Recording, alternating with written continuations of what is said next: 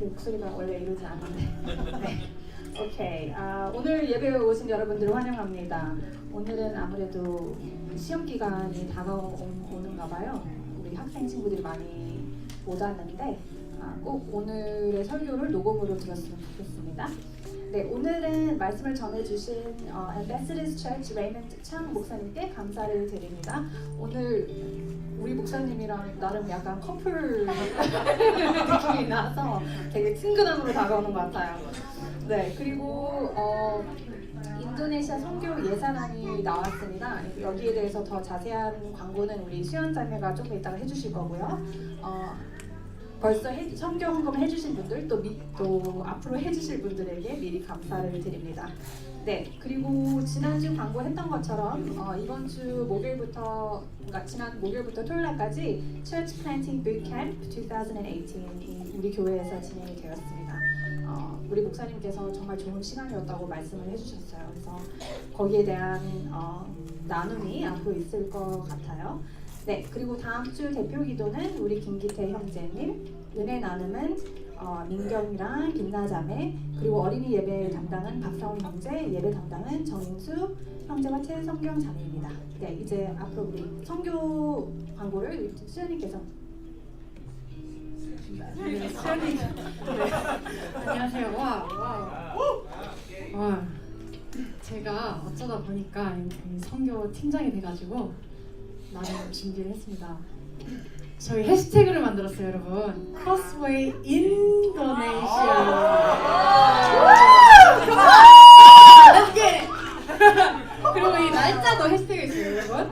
많은 사랑과 후원 부탁드려요. 해시태그 많이 해주세요. 그냥 아무거나 찍어서 해시태그 올려주시면 저 교회가 뭔가를 하나보다 이렇게 알 거 아니에요? 센스 있게 우리 막 셀카 올려서 해시태그 크로스웨이 인도네시아 이런 거 해주시면 이 포인트가 있어요. 다 스몰러 케이스인데 인만 어퍼 케이스군요. 그걸 참조하셔야 돼요. 네, 다음 슬라이드 저희가 어디로 가는지 좀 설명을 해드리려고 해요. 아주 간단하게. 저희는 칼라만탄 기독교 국제학교라는 곳에 가요. 거기는 칼리만탄의 동쪽에 위치한 발리카반이라는 곳에 있고요. 2004년도에 이성원 선교사님이랑 조원경 선교사님께서 설립하신 학교예요. 국제학교예요. 거기가 이슬람 국가이기 때문에 뭔가 종교의 자유는 있지만 아이러니하게도 나가서 이렇게 리치아웃을 못해요. 선교를 전도를 못해요. 그래서 이제 선교사님 분들께서 이제 교육을 사용해서 아이들을 기독교 마인드와 이 가치관을 가르치자 해가지고 설립한 학교고요. 유치원, 초등학교, 중학교까지 있어요. 그래서 저희가 거기 가게 돼서 사역을 도우려고 합니다. 저희가 가는 기간이 이제 학기 말이에요. 학기 말 겸 약간 크리스마스 준비, 그 애매한 12월 연말 그때 가서 우리가 도와주러 갑니다. 다음은 저희가 어떤 사역들을 하는지 저희 몇 명이 간증도 준비하게 될 거고요. 가서 이제 아이들과 선교육을 저희가 진행을 하게 돼요. 저희 팀원들 중에 뭐 이렇게 선교육 마스터 이런 사람이 없어요. 그렇기 때문에 많이 도움을 주시고 뭐 조언이 있으시면 조언도 주시고 하셨으면 좋겠어요. 그래서 아이들과 선교육 클래스도 진행을 하고 영어 클래스도 같이 하게 돼요. 그래서 아이들에게 잉글리시, 저희 잘 못하는 잉글리시를 조금이나마 나눠주려고 합니다. 그래서 학생들과 1대1 교제도 있게 될 거고요.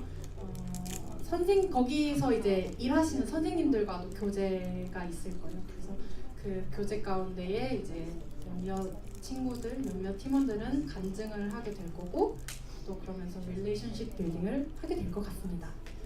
저희가 그 크리스마스 예배 준비를 같이 준비하게 되는데 저희가 거기서 이제 찬양 인도도 하고 워십 댄스도 하고 스킷 드라마라는 것을 해요. 이제 그래서 저희가 영상으로도 계속 이제 어떻게 연습을 하고 있는지 준비를 하고 있는지 보여드릴 예정이고요. 너무 비웃지 않으셨으면 좋겠어요. 열심히 준비하고 있거든요. 저희 교회에 댄싱 머신들이 참 많아요. 이 끼를 나누고 올 예정입니다. 네, 그래서 크리스마스 예배를 잘 아이들과 이쁘게 너무 귀엽지 않나요? 저런 아이들과 드리고 오게 될 예정입니다. 다음 저희 팀 멤버를 소개합니다. 빠밤. 이번 성교 어벤져스. 네. 네, 보세요들. 저희 목사님 보시면 변대찬 2038 뭐야? 2030년도. 변대찬이다 변대찬. 아, 그렇죠. 예찬이. 예찬이 머리가 왜 이렇게 쏟나? 궁금했는데 답이 있더라고요. 빼박 변목스. 네. 너무 예쁘지 않나요, 여러분? 어제 사진을 보면서 진짜 이 아름다운 청년들이 가는구나 생각을 하면서 했는데 팀원이 크면 크고 적으면 적은 숫자인데 제 생각에 우리 교회에서 이만큼 나온 건 많이 나온 거라고 생각을 해요. 저희 팀원들이 어떻게 보면 또 우리 교회를 대표해서 피지컬리 가는 거기 때문에 많이 격려해 주시고 기도해 주시고 연락도 해 주시고 뭐 이렇게 진짜 좋은 여기 닥터들 많잖아요. 우리 교회 엘리트들 닥터들 성교육에 대한 조언들 많이 주셨으면 좋겠어요. 네, 주혜 언니 여기 코너에 있는 주혜 언니는 저희가 일주일 정도 있고 몇 주 정도 더 있을 예정이에요. 그래서 주혜 언니를 위해서도 많이 기도해 주셨으면 좋겠고, 네, 다음 슬라이드. 어떻게 보면 중요한 제가 잘 못하는 돈 얘기. 선교팀 예산이 나왔어요. 그래서 기본적으로 이제 교통비, 숙식비하고 사역비가 거의 메인일 것 같고요. 네. 궁금하신 점은 목회팀에게 알려주시면 좋을 것 같아요. 목사님이 나와서 저것에 대한 얘기를 조금 더 elaborate 해주실 거예요. 선교팀 많이 후원해주시고 사랑해주시고 기도해주세요. 감사합니다. 우리 지수연 팀장님께 다시 한번 박수. 제가 보면서 한 가지 생각이 계속 나는데 키가 진짜 크구나 그런 생각을 하게 되는데 그 재정 보여주시고요. 이게 이제 현지에서 온 거예요. 그래서 현지 선교사님이 이 정도 이렇게 잡아서 하면 될 것 같습니다라고 해서 이렇게 잡은 거고요.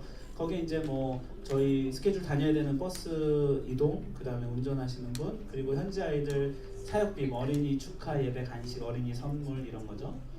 굉장히 조금 작은데요, 선물을 현지 교회 시세트 뭐 이런 거 있고요. 그래서 저 정도가 이제 그 예산이고요. 그 다음에 프리미션의 선교팀 멤버 후원이 있어서 저희 선교팀 멤버 중에서 조금 도움이 필요하신 분들을 저희가 항공 조금 도와드리는 거 있고요. 그 다음에 티셔츠 맞추기로 되어 있고요. 그래서 저희가 6,330으로 나와 있는데 저희 교회에서 이제 잡기로는 7,000불을 잡고 있습니다. 그래서 7,000불을 잡고 나머지는 현지에 가서 선물을 많이 사주려고 그래요. 그래서 그 현지 학용품이 많이 필요하다고 해서 현재 가서 하여튼 뭐 남는 돈은 전부 다 학용품을 사가지고 그 리모트 에리아에 있는 아이들에게 전부 다 이렇게 나눠주고 이렇게 오면 될 것 같아요. 우리 옆에 있는 사람에게 한번 인사 한번 할까요? 네. 선교 갈 거니? 안 간다 그러면 헌금합시다 이렇게. 어차피 뭐 우리가 먹는 거 아니잖아요. 다 나누는 건데 지금 참 저희가 저희 교회가 지금 1년 반밖에 안 됐지만 그 어마어마한 역사를 가지고 있는데 돈이 모자랄 때마다 밖에서 들어와요. 이게 좋은 건지 나쁜 건지 모르겠어요. 이번에도 저희가 선교를 계획하고 있는데 전 7,000불은 이제 생각하고 있잖아요. 근데 어떤 저희 교회 어떤 분의 부모님께서 3,000불을 헌금을 해주셨어요. 한 번에. 그리고 이제 몇 주 전에 들어온 성경금 300불 있었고요. 또 한국에 계신 또 우리 저희 교회 성도 그 분인데 한국에 지금 머물고 계신 분이 매주 이제 영상 보고 저희 이메일 그 절반이 드리는 그 이메일 계획대로 되고 있어. 근데 그거 받아보시잖아요. 근데 거기에서 이제 저희 선교 듣고 또 헌금을 300불 해주셨어요. 그래서 지금 이제 3,600불 벌써 절반이 넘은 것 같아요. 들어갔고요. 이제 나머지 시간 동안 저희가 나머지를 모아서 같이 갈 수 있도록 하겠습니다. 나머지 더 궁금하신 점 있으시면 우리 팀장님이 말씀해 주시면 되겠고요. 네. 그렇습니다. 제가 잠깐 기도하도록 하겠습니다. 사랑이 많으신 하나님 아버지, 지난 한 주 동안 우리를 주님의 사랑과 은혜 가운데 품어주시고 또 지켜주시고 인도하여 주시는 은혜를 감사드립니다. 오늘도 주님께 찬양하고 예배드리려고 나왔사오니 오늘 특별히 우리 레이먼 목사님을 통해서 말씀을 전해주실 때에 하나님께서 예비하신 또 우리 각 사람에게 주시는 그 음성이 들리는 귀한 시간 될 수 있도록 역사하여 주시옵소서. 하나님 또 오늘도 교회 나오면서 정성스러운 예물 주님께 봉헌하는 손길들이 있습니다. 하나님 기억하여 주시옵시고 특히 과부의 두랩돈처럼 없는 환경 가운데에서 정직하게 또 성실하게 드린 헌금들을 주님 통하여서 영광 받아 주시고 그것을 통하여서 우리가 하나님의 나라를 확장시키는 주님의 교회 될 수 있도록 인도하여 주시옵소서. 예수님의 이름으로 기도드립니다. 자, 오늘 굉장히 중요한 날이죠. 처음으로 저희 통역 설교를 하는 우리 Welcome Pastor Raymond Chang.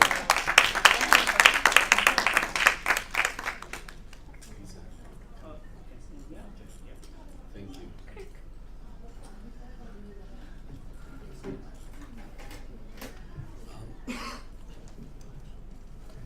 First of all, I just want to say thank you for letting me be a part of this service.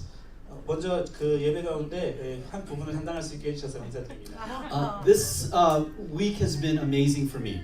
이 지난주는 진짜 좋은 주였어요. Just to be able to come here and your church allowed us to use this building to be a training center.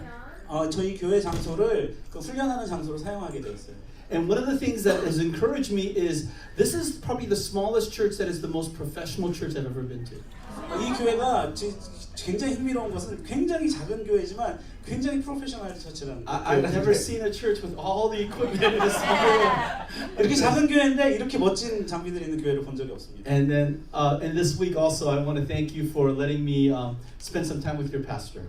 이번 주에 저와 같은 시간을 보게 해주셔서 감사하다고 말씀하시죠. My job here was to give, hopefully, your pastor an encouragement, a bigger vision of the kingdom of God. 여기 와서 제가 해야 되는 일은 여러분들의 목사에게 하나님의 나라에 대해서 더 큰 그림을 볼 수 있게 도와주는 일이었습니다. Let me tell you a little bit about my background. 제 배경에 대해서 좀 말씀드릴게요. I'm Korean, but I don't speak that Korean that well. 저 한국 사람인데 한국말 잘 못해요. So I came to the United States in 1973. 1973년에 미국으로 갔습니다. How many of you were born before 1973? 1973년 전에 태어나신 분. 와. So all of you were not even born when I came to the United States. So when I first came, We didn't come today. oh, I didn't come to that. So all of you are very young to me. 굉장히 다 어린 분들인데 저희. So when I came to America in 1973, I was 6 years old. 제가 1973년에 미국 갔을 때 전 6살이었습니다. So now I'm in America and I'm 51 years old. 저 미국 나이로 52 actually. 52살이고요. So when I came to America, Korea was a very different country. 제가 미국 갔을 때 한국은 지금이랑 굉장히 다른 나라였어요. And I remember looking at Korea as this very foreign country. 한국은 굉장히 그 낙후한 나라였습니다. And when I was growing up in America, I grew up in the Korean church like many of you. 제가 자라날 때 미국에서 여러분처럼 한인 교회를 다녔었는데요. But when I left, when I was in the Korean church, I began to see a lot of the problems in the Korean church. 제가 한국 이민교회에 있으면서 교회에 너무 많은 문제들을 보게 됐습니다. And eventually I left the Korean church. 그리고 이제 교회를 떠나게 됐죠. And so I grew up sort of in a bicultural background. 그래서 저는 그 두 가지 문화가 있는 배경에서 자라나게 되었어요. And I began to ask the question, I'm Korean, but why don't I have any closeness or affinity to Korea? 저는 이런 질문을 하게 된 데는 한국 사람인데 왜 한국이랑 여기 별로 연관성이 없을까 이런 고민을 하게 되었어요. Because I was actually serving in an American church. 왜냐하면 저는 미국 교회에서 봉사하고 있었거든요. But in the last maybe 5 years, God has given me a new love for Korea. 하지만 지난 5년을 거쳐서 하나님께서 저는 한국과 연결을 하고 한국을 사랑할 수 있는 길을 열어주셨습니다. So every year I've been going to Korea 2-3 times. 그래서 매년 한국에 2-3번씩 들어가고 있고요. And I've learned something interesting. 그 굉장히 흥미로운 걸 배웠어요. I've learned that one of the reasons that God has sent me out of Korea is so that I could actually be a blessing back to Korea. 제가 깨달은 것은 하나님이 저를 한국으로부터 벗어나게 하신 것은 나중에 다시 한국에 어떤 좋은 영향력을 주게 만들기 위함이라는 것을 깨달았어요. See, one of the things that you have to understand is that in the Bible there's a word called diaspora. 성경에 여러분들이 이해하셔야 되는 게 디아스포라라는 개념이 있습니다. You know how Christianity spread? 여러분 기독교가 어떻게 전파되었는지 아시나요? That the disciples were actually sent out to all the different nations. 제자들이 다 다른 나라로 이렇게 파송을 받았어요. And I thought about this, that Korea is going through a very difficult time spiritually. 한국은 지금 영적으로 굉장히 어려운 시간을 지나가고 있어요. One of the statistics I've read recently is that there's only 17% of the population is active in their faith. 제가 최근에 읽은 자료에 의하면 오직 17%만이 교회를 다니고 있다고 해요, 한국 사람. And among the next generation, 20-somethings, only 1.7% are going to church. 20대 중에는 1.7%만이 교회를 가고 있다고 합니다. The church is getting bigger in Korea, and yet they are struggling and they're going through a serious decline. 교회는 점점 커지고 있지만 사실 교세는 죽고 있어요. And so now God is calling me back to Korea because now I'm able to encourage the new generation of pastors in Korea. 이제 하나님이 다시 저를 한국에 보내시는 것은 한국에 있는 사역자들에게 이제 용기를 주고 새로운 길을 보여주기 위해서 보내주는 And I'm realizing something. Sometimes God has to send people out to bring people back in. 깨닫는 것은 하나님은 새로운 사람들을 들이기 위해서 어떤 사람들을 내보내기도 하신다는 거죠. And then I thought about what Crossways ministry is, and I believe that's your ministry. 그리고 이 크로스웨이 교회에 대해서 생각할 때 제 생각에는 이 교회가 바로 그런 사역을 할 교회인 것 같습니다. The Korean church needs a church like Crossway. 한국 교회는 이 크로스웨이 교회 같은 교회가 필요해요. When I was talking to your pastor this week, I began to realize this is the kind of church that Korea needs. 그 여러분들의 목사와 함께 이야기하면서 깨달은 것은 바로 이런 교회가 한국에게 필요한 교회라구나라는 것을 깨닫게 되었어요. A church that's not just based on tradition, but a church that's based on the gospel. 교회 전통에만 의존하고 있는 교회가 아니라 복음에 의존하고 있는 교회입니다. So right now, I am helping so many of the next generation of pastors start new churches. 그래서 지금 저는 굉장히 많은 젊은 사역자들이 새로운 교회를 개척하는 걸 도와주고 있어요. Because I want people to have a new start in ministry. 왜냐하면 새로운 사역이 시작되어야 되는 걸 도와주고 싶기 때문입니다. And so I am so encouraged of what I see here. This doesn't feel like a Korean church to me.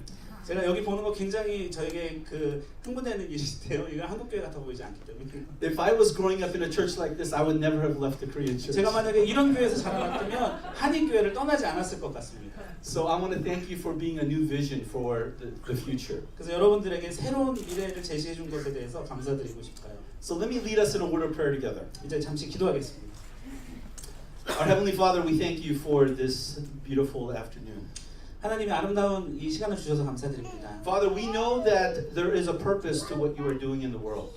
하나님 이 세상 가운데 주님이 하시는 데에는 목적이 있는 것을 알고 있습니다. There are no accidents in the kingdom of God. 우연이 없습니다. That you have everything prearranged. 하나님께서 미리 다 예비하셨음을 믿습니다. And this church is part of your great ordination. 그리고 이 교회는 하나님의 거대한 사역 가운데 한 부분임을 믿습니다. I thank you for Pastor Dan and thank you for the congregation members here. 이 교회와 교회 성도들을 위해서 감사드립니다. That we can establish a church in Australia that can be a blessing back to Korea and all the nations. 이 교회 호주에 있는 이 교회를 통하여서 다시 호주와 다시 한국과 그리고 전 세계 모든 교회에 복이 되는 교회가 될 수 있으리라 믿습니다. And thank you for the ministry to places like Indonesia and other parts of the world. 그리고 이제 인도네시아와 또 다른 부분에 하고 있는 사역들에 감사드립니다. And as a Korean American pastor in America, thank you for allowing me to see a new brother and sister in Christ here in Australia. 그리고 미국에서 자라는 한국 목사로서 호주에서 자라나고 있는 주 안에 형제된 자매들을 만나게 하심을 감사드립니다. In Jesus' name we pray. 예수님의 이름으로 기도드립니다.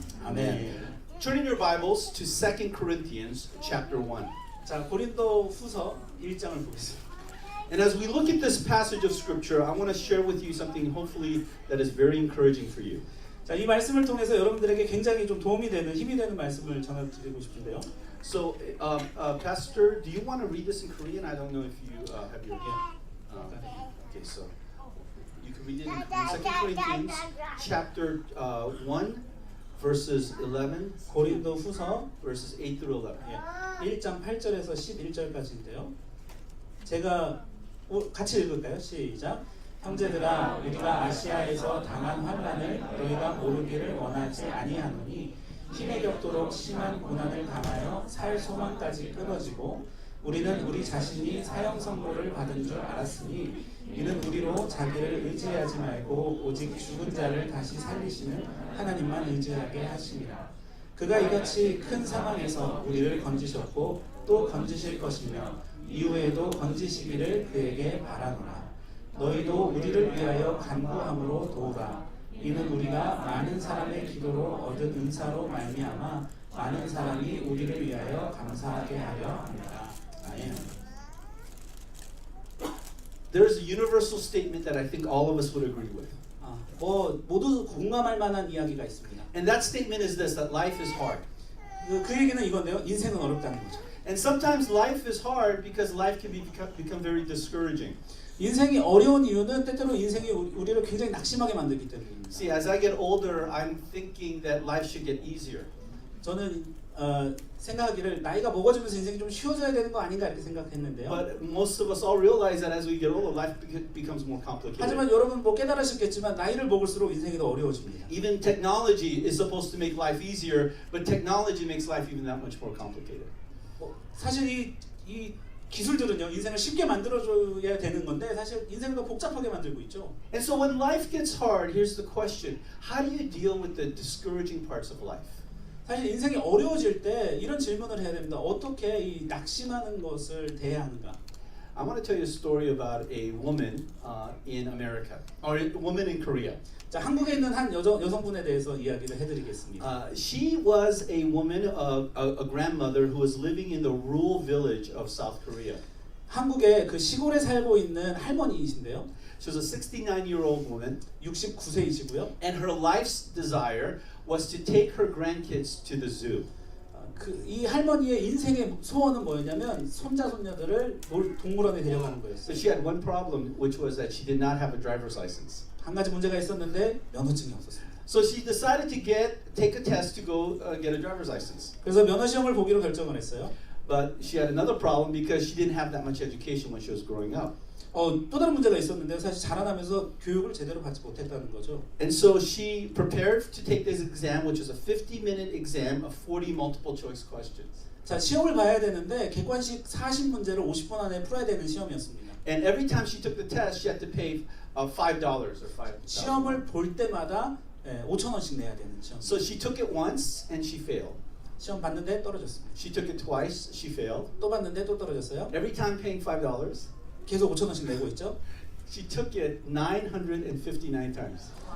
959번을 시험을 보셨습니다. Finally, on the 960th time, she passed. 960번째 시험에서 드디어 합격을 하셨어요. And so in America, the New York Times wrote a story about this woman's perseverance. 그래서 미국에서 이 뉴욕 타임스라는 잡지에서 이 할머니의 이야기에 대해서 글을 썼습니다. And so in this article, it talked about this woman not giving up no matter how difficult and discouraging life was. 그래서 그 잡지에서는 이 할머니가 얼마나 힘든 상황에도 불구하고 포기하지 않는 것에 대해서 글을 썼어요. Even in Korea, Kia heard about her story. 한국에서는 심지어 기아 회사에서 이 할머니의 이야기를 듣고 So they gave her a $17,000 car. 그래서 저차 1,700만 원짜리 소울을 줬습니다. But in this particular article in the New York Times, they had an interesting word that they anglicized. I think it's 사정오기 or 사전오기. yeah, 사정오기. 그래서 뉴욕 타임즈에는 굉장히 흥미로운 단어를 소개해 줬는데요. 사전오기라는 말을 소개해 줬습니다. Is anybody familiar with that? It's a common sort of slang. It means knock down 4 times, get up on the 5th. 네, 이거 뭐 그 사자성어 같은 건데요. 4번째 넘어져도 5번째 일어난다는 이야기죠. So the story behind this is actually coming because in 1977 there was a boxing match. 사실 이 이야기의 뒤에는 한 이야기가 다른 이야기가 있는데요. 1977년에 있었던 권투 시합 이야기가 있습니다. And there was a Korean boxer named Hong Soo-hwan. 한국 권투 선수 홍수환이라는 선수가 Does 있어요. anybody know that story? Okay, some of you are way too young. 여러분들 너무 어려서 모르겠죠. But my parents told me about this story. 하지만 저의 부모님이 이분에 대한 이야기를 해준 적이 So 있어요. it was a boxing match, a bantamweight fight, when this man, Hong Soo-hwan, was knocked down 4 times. 그 권투 시합이 있었는데요. 이 홍수환이라는 선수가 4번이나 다운을 당했습니다. And then miraculously, on the 5th time he got up, he swung his glove, hit the other person, knocked the other person down. 그 기적적으로 5번째 일어나가지고 휘둘렀는데 상대편을 쓰러뜨리고 KO시켰습니다. And as a result, this term became popular in Korea. 그리고 그 결과로 이 사전오기라는 말이 유명해지게 되었습니다. So here's a question for you. How many times have you been knocked down in your life? 자, 여러분께 질문을 하고 싶은데요. 여러분 삶에서 얼마나 많은 낙심을 경험하셨나요? I think all of us at some point in our life want to give up.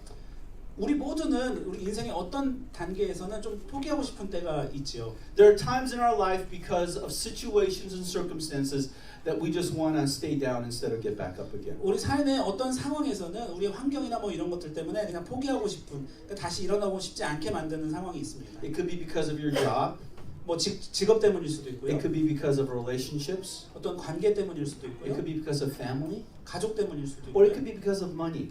뭐 돈 때문일 수도 있겠죠. Life can become very discouraging. 인생은 굉장히 우리를 낙심하게 만들 수 있습니다. See, one of the things about being a Christian is that there is no promise in the Bible that God says that there's not going to be any discouragement in our life. 사실 성경에 보면 신자들은 이런 어려움을 겪지 않을 거다라는 이야기가 없다는 것이 좀 See, God allows discouragements and difficulties for a purpose. 하나님께서는 이 인생에 낙심되는 이런 사건들을 어떤 목적을 두고 사용하십니다. There's a word in English, we call that discouragement.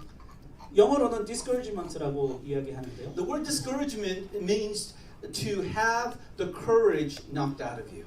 이 discouragement라는 이 단어는 어떤 뜻이냐면 courage, confidence. To get knocked out of you. The biblical idea of discouragement is actually the Greek word athumeo, which means to lose your spirit.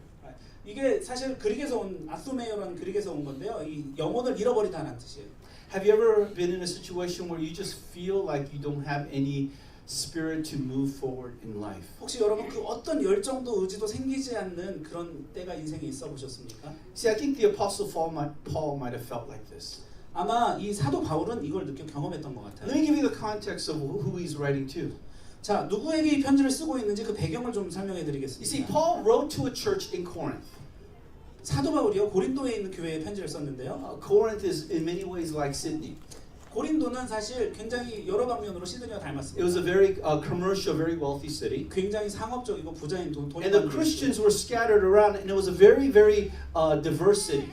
기독교인들이 다 흩어져 있었고요. 굉장히 다양한 사람들이 살고 있었습니다. There was a lot of wealthy people as well as poor people. 굉장히 부자도 있었고요. 가난한 사람들도 And there were 있었고요. people that were not Jews. There were also people that were Gentiles. 또 유대인 사람들, 또 이방인 사람들도 있었습니다. But one of the diversity was that there was also people that were very spiritually mature and many people who were spiritually immature. 또 다른 다양성 중에 하나는 뭐였냐면 영적으로 성숙한 사람들이 있는 반면에 미성숙한 사람들이 있었다는 거죠. So Paul writes the letter to the Corinthian church to remind them that they can't be spiritually immature anymore. 그래서 사도 바울은 지금 고린도에 있는 교회 사람들에게 편지를 쓰면서 더 이상 그들이 영적으로 미성숙하면 안 된다라고 말하고 있습니다. So one of the first things he says in chapter 1 is don't fight on who your allegiance is. Don't fight whether you're of Paul or of Peter. 그래서 1장에서 사도 바울이 말하는 걸 보면 너네 싸우지 말아라. 뭐 누굴 따르는지에 따라서 싸우지 말아라 이런 이야기를 하고 Some 있습니다. people were arguing who had the better spiritual gift. 어떤 사람들은 누가 더 뛰어난 영적 은사를 가지고 있느냐 이거 갖고 싸웠고요. Some people say, "Oh, I have the gift of tongues, therefore I must be more spiritual." 어떤 사람들은 내가 방언할 줄 아니까 너보다 내가 더 영적이야 이렇게 얘기했고요. And because there was so much immaturity, Paul writes the letter to rebuke them because of that. 너무 많은 미성숙한 모습들이 있었기 때문에 사도 바울은 이들에게 혼내고 훈계를 주기 위해서 이 편지를 썼습니다. Imagine if you had a child and you're raising them and they are immature, so you're correcting their behavior. 마치 아이들을 기를 때 아이들이 이렇게 좀 철없이 행동하면 우리가 이야기하고 혼내서 행동을 고쳐주는 것과 마찬가지죠. But something interesting happens. After the letter was written, there were some people in Corinth that began to attack Paul. 이 재밌는 일은요. 이 편지가 고린도 교회에 전달된 후에 몇몇 사람들이 사도 바울을 공격하기 시작했다는 거죠. Some people began to accuse Paul of being a false prophet. 어떤 사람들은 사도 바울이 거짓 선지자다 이렇게 공격했고요. Some people were accusing Paul of stealing their money. 어떤 사람들은 사도 바울이 돈을 훔쳐갔다 이렇게 공격하기도 했어요. Imagine if you had your children and you raised them up and they look at you and say, "You didn't do anything for me." 여러분 한번 아이를 열심히 키웠는데 다 자라나고 나서 나한테 해준 거 아무것도 없잖아요라고 얘기하는 걸 생각해 보세요. How would you feel when? 어떻게 느끼시겠어요? And so that's the way Paul must have felt as he had people in the church attacking him. 그게 아마 사도 바울이 경험하고 느꼈을 거예요. 왜냐하면 그 교회가 사도 바울을 공격할 때 말이죠. But not only did he have the church attacking him, he also had the society, the world around him, the Roman Empire attacking him. 사도 바울은 단지 그 교회의 공격만 받고 있지 않았고요. 사실 로마 전체에 둘러싸여서 어떤 공격을 받고 있었습니다. And in chapter 1, he begins to write about the hardships, the suffering, the affliction he's facing. 그래서 1장에는 사도 바울이 경험하고 있는 고난과 아픔, 박해에 대해서 이야기하고 있어요. There's both the internal persecution as well as the external persecution. 그래서 뭐 내적인 핍박도 있지만 외적인 핍박도 있었습니다. And notice what he says here in verse 8. He says, "We do not want you to be unaware, brothers, of the suffering or the affliction that happened to us in Asia. we were under the burden excessively. 자, 8절에 보면은요. 형제들아 우리가 아시아에서 당한 환난을 너희가 모르기를 원치 아니하노니 힘에 겹도록 심한 고난을 당했다. This book actually is a very personal book. 이 책은 굉장히 개인 사적인 편지인데요. It's like reading somebody's diary of the difficulties that they went through. 누군가의 어려움을 겪는 사람의 일기장을 읽는 것과 같은 거죠. And as he's sharing this, he's reminding them that they are going to go through persecution because he went through persecution. 이것을 나누면서 사도 바울은 고린도 교회 사람들에게 너희들도 이제 고난을 경험하게 될 거라고 이야기하고 있어요. So let me share with you principle number 1. 여러분들에게 한 가지 원칙, 첫 번째 원칙을 말씀드리겠습니다. That discouragement can happen to anyone at any time. 이 절망하고 낙심하는 것은 누구에게나 언제나 일어날 수 있다는 일이죠. See, as Christians, we sometimes think that because we are following Jesus, that God would take all our problems away. 우리는 예수님을 믿으면서 어쩔 때는 예수님을 믿기 때문에 이런 문제가 일어나지 않을 거라고 생각하기도 해요. When I was a young Christian, that's what somebody told me, that Jesus would take all of our problems away when we become a Christian. 제가 어렸을 적에 어떤 사람이 저한테 말해주기를 예수님 믿으면 우리의 모든 문제를 예수님이 다 가져가실 거다 이렇게 얘기해 준 적이 있어요. But the reverse happened. That when I became a Christian, I had more problems come. 근데 정반대 일이 벌어났습니다. 예수님을 믿으니까 더 어려운 일이 많이 생겼어요. I had more problems with my parents. 제가 부모님과 더 많은 문제가 생겼고요. I had problems with my friends. 친구들이랑 더 많은 문제가 생겼고요. There's so many things that happen even outside of relationships that cause a lot of difficulty. 관계 밖에서도 심지어 많은 일들이 어려움을 줬습니다. You see, one of the things that Paul is saying is this: I don't want you to be uninformed, brothers, of the suffering that he went through. 사도 바울이 이야기하는 건 이거예요. 여러분들이 내 형제로서 내가 어떤 고난을 지나가고 있는지 모르기를 원치 않다는 거예요. And so the question is, if Paul went through suffering and difficulty, all of us can be susceptible to pain and suffering.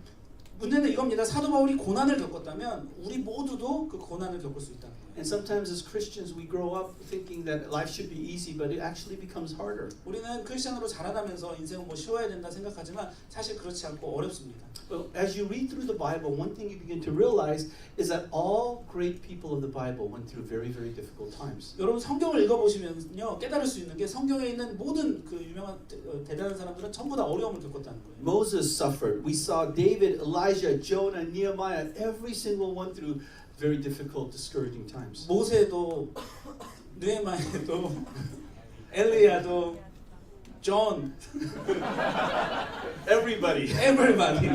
So here's the number one thing as Suffering Christians. Number one thing I want to remind you is if you're going through discouraging time, it's okay. It's normal.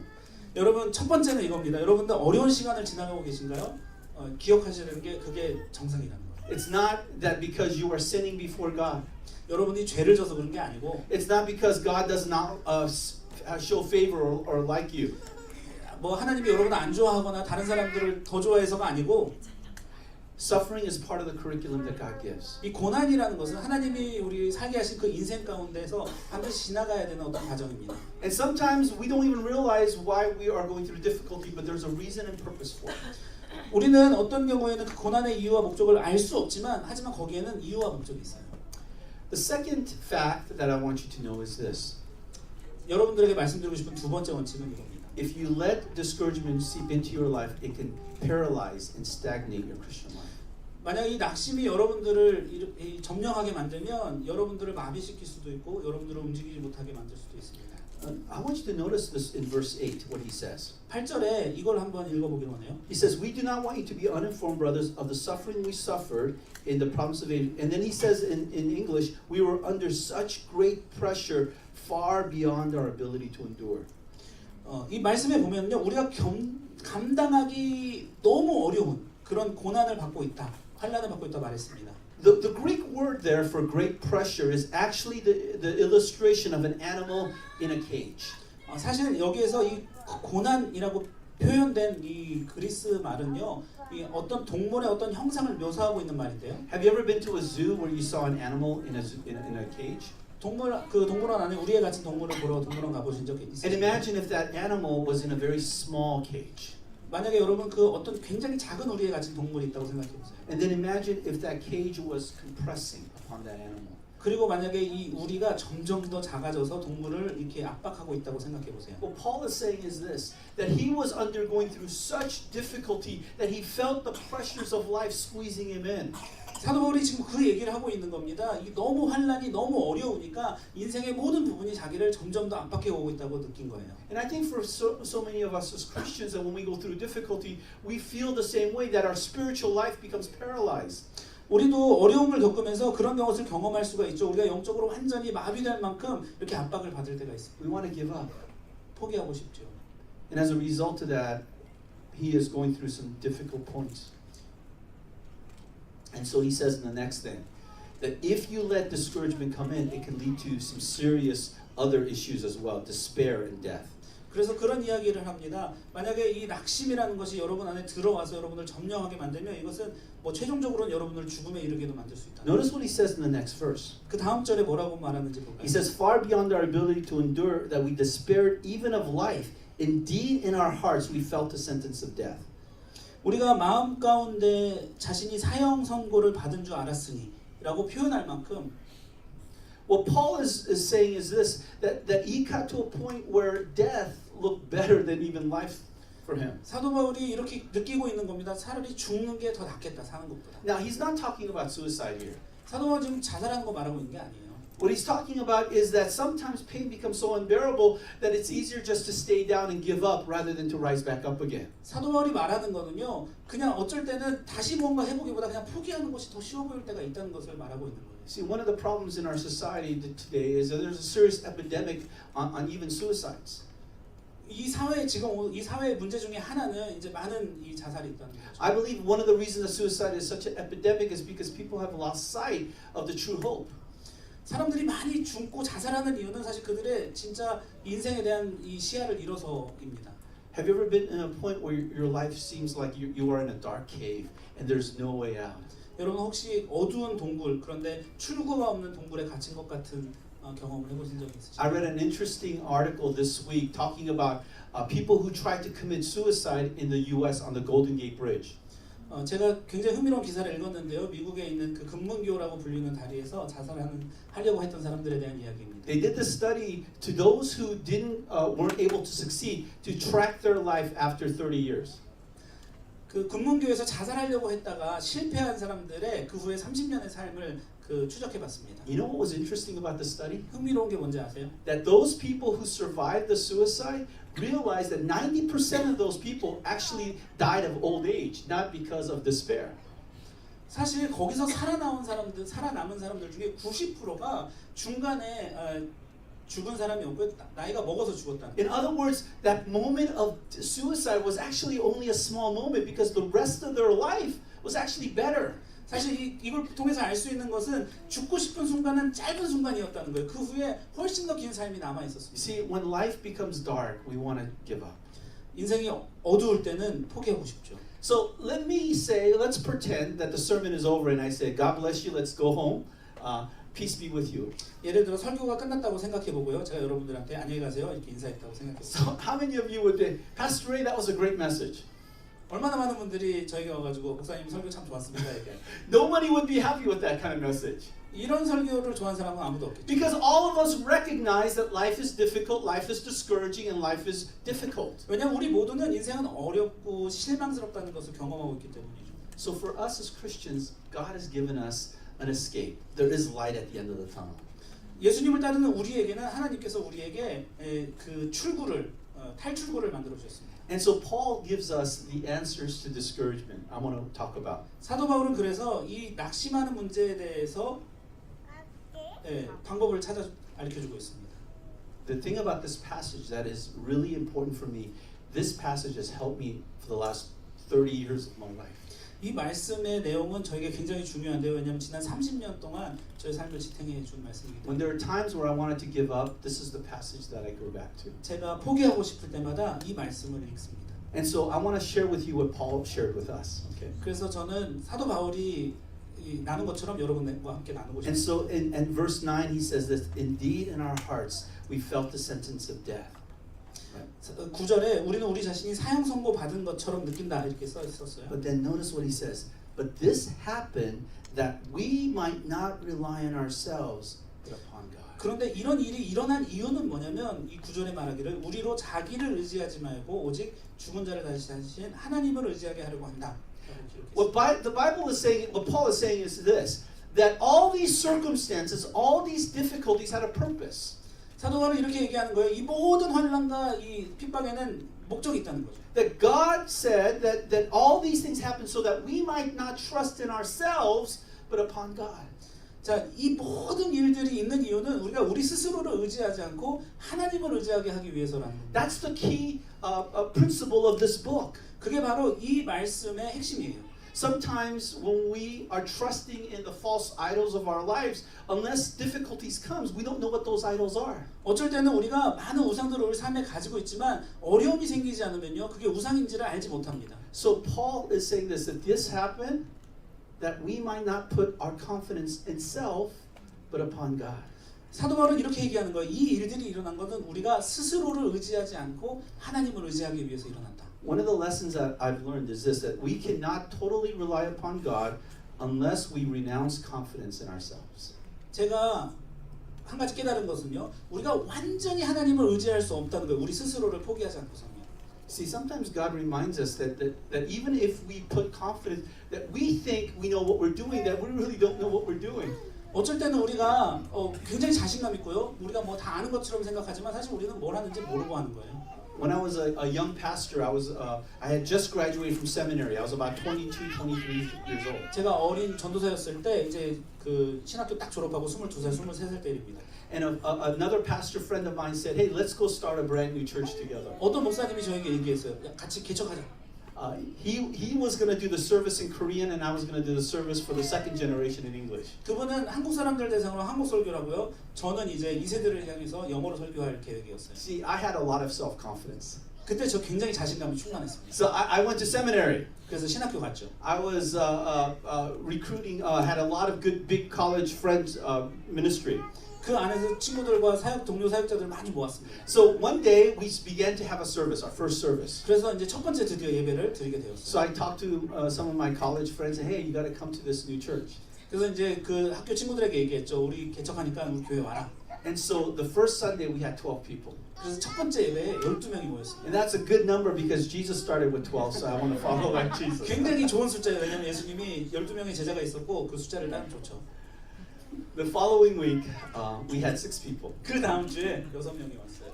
The following week, we had 3 people. 그 다음 주에 3명이 왔고요. And then finally, I was preaching the sermon to myself. 그 다음에 이제 혼자 스스로 설교를 되뇌이는 상황에 이르렀습니다. And I realized back then it was the lowest point of my life. 그리고 이제 돌아보면요, 그때가 제 인생의 가장 낮은 어떤 지점이었어요. Because I had a misunderstanding of God. 그때 제가 하나님을 오해하고 있었어요. Somehow I believed that God owed me something because I served Him. 그때 제가 생각한 거는요, 제가 하나님을 섬기기 때문에 하나님이 저한테 뭘 해줘야 된다고 생각했어요. I told God, I went to seminary to reach your people. Why aren't you doing this for me? 하나님, 제가 하나님을 위해서 신학교까지 갔는데 이거 안 도와주시는 거예요? And I realized my view of God was not really that God was the ruler of my life. I wanted God to come and respect me and let me rule my own life. 제 깨달은 것은 제가 하나님을 하나님으로 모시지 않았다는 거죠. 제 삶 가운데 와서 내 일을 도와줄 분으로 제가 생각하고 있었던 거죠. There's a poem that a woman wrote, and I'll say it in English. 한 여성분이 쓴 시가 있는데 제가 영어로 읽어보겠습니다. So it says, "One by one, God took them from me. 한 명씩 하나님이 저에게서 사람들 데려갔습니다. All the things I valued most, 제가 가장 좋아하는 것들을 다 가져갔어요. till I was left empty-handed. All my glittering toy was lost. 제 양손이 완전히 빈손이 될 때까지 이제 빛나는 모든 것들을 하나님이 다 가져가셨어요. And I walked Earth's highway, grieving in my rags and poverty. 그리고 저의 그 누더기 같은 옷을 입고 가난의 가운데 걸어갈 때 Until I heard His voice saying, "Lift up your empty hands to me." 하나님의 음성을 들었습니다. 너의 빈손을 나를 향해서 들어라. And then I turned my head toward heaven, and He filled them with the store of His own transcendent riches until they can contain no more. 그리고 제가 하늘을 향하고 하나님을 바라보았을 때 하나님께서는 제가 감당할 수 없을 만큼 그 초월적인 하나님의 은혜를 저에게 부어 주셨습니다. And then she says, "And then at last I comprehended, my mind stupid and dull, that God could not pour His riches into hands that were already full." 그리고 제가 깨닫게 된 거는요, 제 멍청한 머리로 깨닫게 된 건 제가 손에 아무것도 갖고 있을 때, 제가 손에 무엇인가 갖고 있을 때 하나님이 제 손에 뭔가를 줄 수 없다는 거죠. See, sometimes the things that we're holding on to are the things that we should let go.